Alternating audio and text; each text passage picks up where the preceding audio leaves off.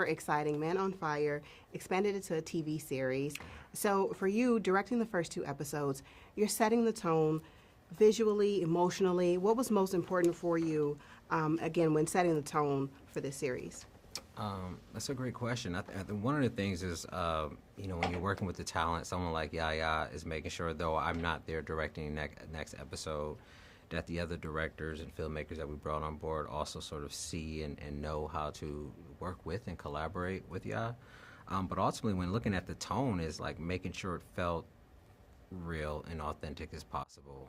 We were really adamant about capturing the world of Brazil, making John Creasy feel like he was an outsider, and making sure we understood sort of the levels into which how he operated. Like whatever he does in terms of action was either going to push him down a darker path or connect him more to redemption.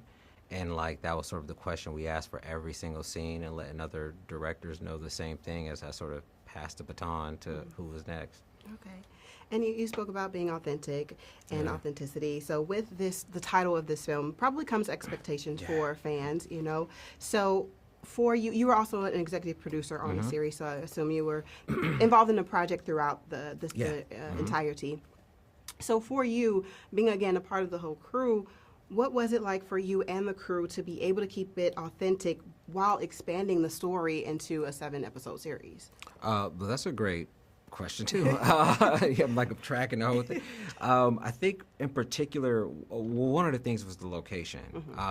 When you watch the pilot, you're kind of just centered around Creasy and then who he knows, Ray Burns' character played by Bobby and Poe. And then after that, we extend out, like we step into Alice Braga's world, right? Her character, Valeria, and like the favelas and everyone around there. So those were all actors that we either worked with in Brazil or flew out to Mexico to shoot scenes. So they was as authentic as can be.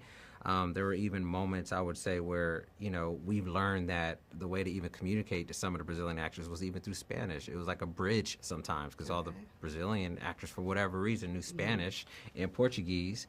And so we actually implement that within the script itself to give Creasy some flavor and to make sure that felt real.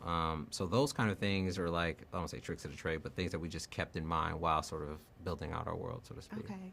And that was good, because while Yaya was speaking Spanish, I was like, okay, Yaya, with his character. Oh, yeah. No, he was. He was like, I need to do something. And we're like, it wouldn't make sense if you know Portuguese. So it came about later. It wasn't something that was written on the page at first. It was something that came about through research, through casting, and through having conversations with people who live in Brazil. And it's like, well, if he wants to communicate, it would be through Spanish. And even if he does, there'll be some words that just wouldn't connect. So if you rewatch it, you'll see Creasy going boom and doing these things with his hands, because it was just a blank stare of like not understanding, which was nice.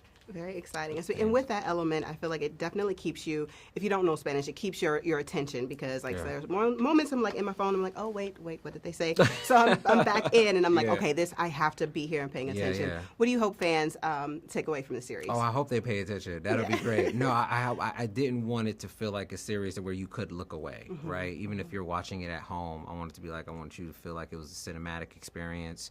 You didn't want to miss anything on screen, whether it be something small as the texture of the locations we shot, or something literally exploding, and you're like, how the hell did we get here? We were just sitting out having a conversation. So like always keeping people guessing, not being able to predict sort of Creasy's journey was like the main goal for sure.